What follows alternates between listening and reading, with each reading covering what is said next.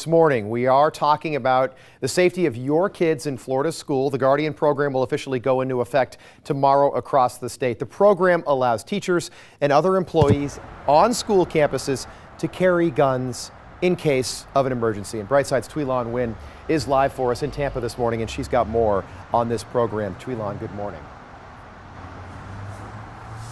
Rob, good morning. There's an important distinction to make here. Now, just because a school is participating in the Guardian program doesn't necessarily mean they're going to be arming teachers.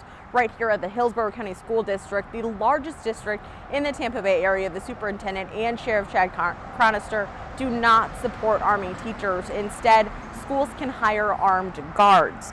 What goes into effect tomorrow actually allows teachers to be armed in classrooms. This is different from when the program first passed in 2018, only allowing some school employees to carry guns.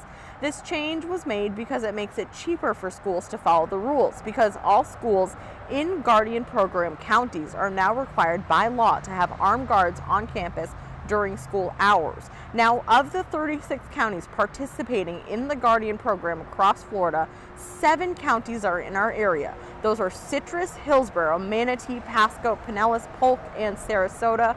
Not one of those 7 counties in the Bay Area is allowing teachers to carry in classrooms. Now, it's not as easy as somebody with a gun just volunteering and saying, hey, I want to be the guardian.